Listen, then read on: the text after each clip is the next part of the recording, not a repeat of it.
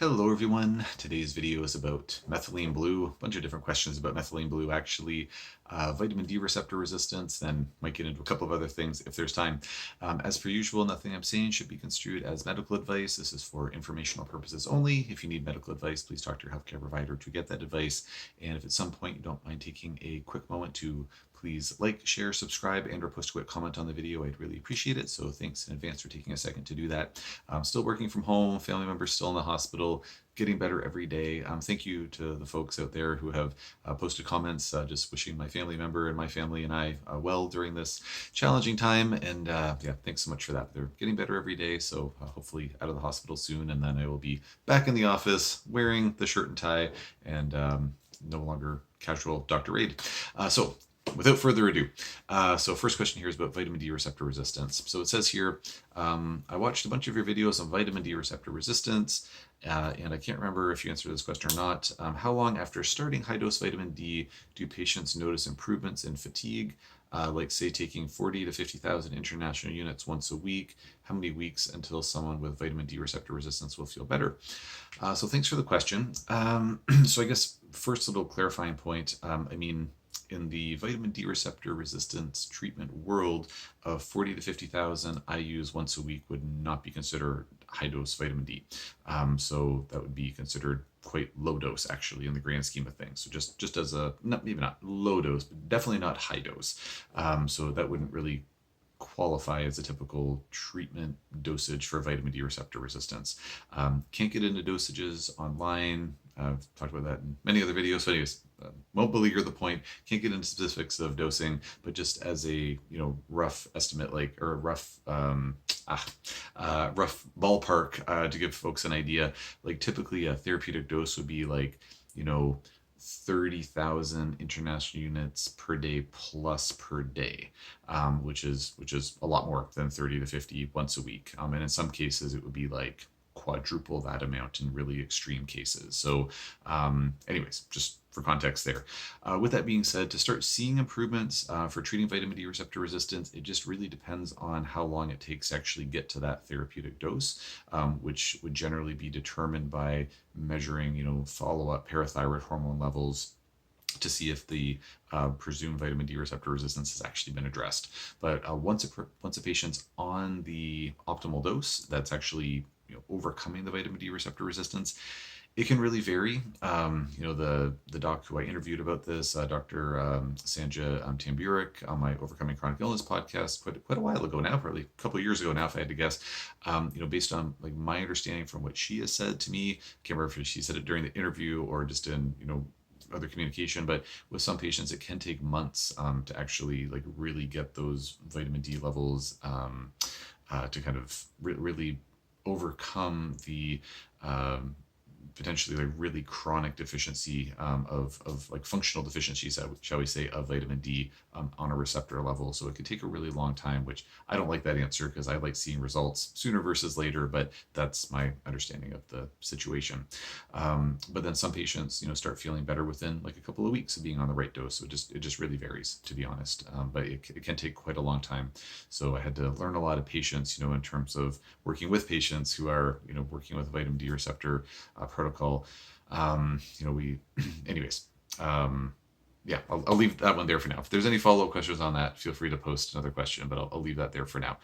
So we need to talk methylene blue. So as always, lots of questions about methylene blue. I'm going to cram a few answers in here. So the one question was, whoops, that's not the right tab. So the one question was essentially any concerns or thoughts about combining methylene blue with DMSO? So generally, no, I don't have any concerns about that. If I had a patient who was taking DMSO and methylene blue, I wouldn't be concerned about that at all. So really with methylene blue, you just want to be careful. What I counsel my patients on is to be careful taking methylene blue with anything that jacks up serotonin levels in the body, and DMSO doesn't have a direct impact on that, to my understanding.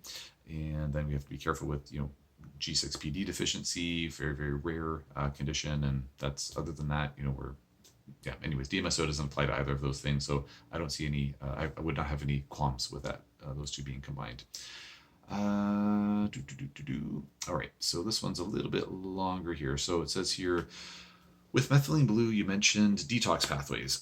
Is methylene blue a detoxifying agent? I ask because I've noticed feeling a bit icky on the third straight day of taking methylene blue at 10 milligrams per day. Also noted is that it takes 12 hours for methylene blue to show up in my urine and can remain bluish for up to 3 days after stopping. Is this an indicator of a slow metabolism or sluggish kidneys? I'm an RN for 22 years, so do have some medical knowledge. I've been researching methylene blue and really like what I'm hearing. So yeah, thanks for the questions. So methylene blue, to my understanding, in my opinion, it is a detoxifying agent in that it's a really, well, at low dosages, which would generally, to my understanding, be like approximately less than 35 milligrams per day, is a really, really strong antioxidant agent. And so when we take strong antioxidant agents, and to my understanding, methylene blue has been shown to activate NRF2, being this kind of master transcription factor that will then tell the body to go make more glutathione and catalase and peroxinase and superoxide dismutase, nitric oxide synthase. So like all of our antioxidant genes get like turned on by methylene blue as well. So it's kind of this like master orchestrator, if you will, or anyways, activates a heck of a lot of antioxidant activity. So from that perspective, like, yes, it's a detoxifying agent because it's going to upregulate your one's phase 2 detoxification pathways in their liver, which are very antioxidant dependent. So from that perspective alone, it's an detoxifying agent. Over and above that, one of the challenges that, to my understanding, a lot of us can run into is having issues with membrane oxidation, mitochondria having too many free radicals kicking around, so too many pro-oxidants kicking around inside of them.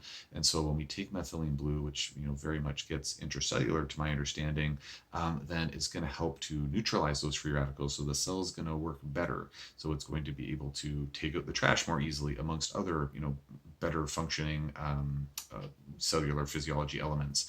And so as such, in a more of an indirect way, I think that it can enhance detoxification. So when patients of mine start on methylene blue and they say like, oh, like I'm having X, Y, or Z detox symptom, then I say to myself and to them, it's like, well, that makes sense because of the reasons that I just mentioned. There might be other pathways and mechanisms that I am not aware of, but I believe that it is a detoxifying agent, kind of directly and indirectly. I mean, one could beg the question, like, what is a detoxifying agent? And I think there's probably different folks have different definitions of what that means, but my definition would be anything that enhances detoxification one way or the other is a detoxifying agent, and methylene blue, to my understanding and my experience, does that. As far as it taking 12 hours for methylene blue to show up in the urine, I don't think that's outside of the realm of like the normal range that I've seen in practice. I mean, I've taken methylene blue myself. I don't really, it's been a while since I've taken it, but I think 12 hours is a reasonable time frame. It doesn't sound like a super, super long time to me.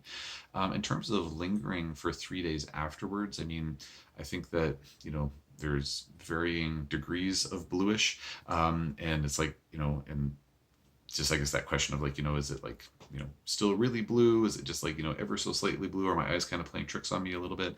I honestly, off the top of my head, don't remember what the half-life of methylene blue is supposed to be. 3 days does seem like a bit of a longer time window to me. But I think that unless if one of my patients came in and said like, I'm worried that I might not be clearing methylene blue fast enough. I'd be thinking like, I'm worried about my kidneys. I'd say, well, let's see what your EGFR is. How's your kidney function testing looking? And if that looks fine, I wouldn't be stressed out about it with one of my patients. In terms of slower metabolism, I believe that the majority of methylene blue is metabolized by the kidneys. So again, I would just use that EGFR as an indicator if it was one of my patients, and I wouldn't be stressed out about it. I think there's probably a bell-shaped curve, and it wouldn't be something that I would be overly concerned about if it was with one of my patients. Okay, there was another methylene blue one here, but I'm gonna have to, I don't have time for that one. I did just want to read, I still have 30 seconds here. Just want to read a quick thing. I had another video about Akkermansia, and just this person had posted on the video about the Akkermansia muciniphila, a probiotic strain.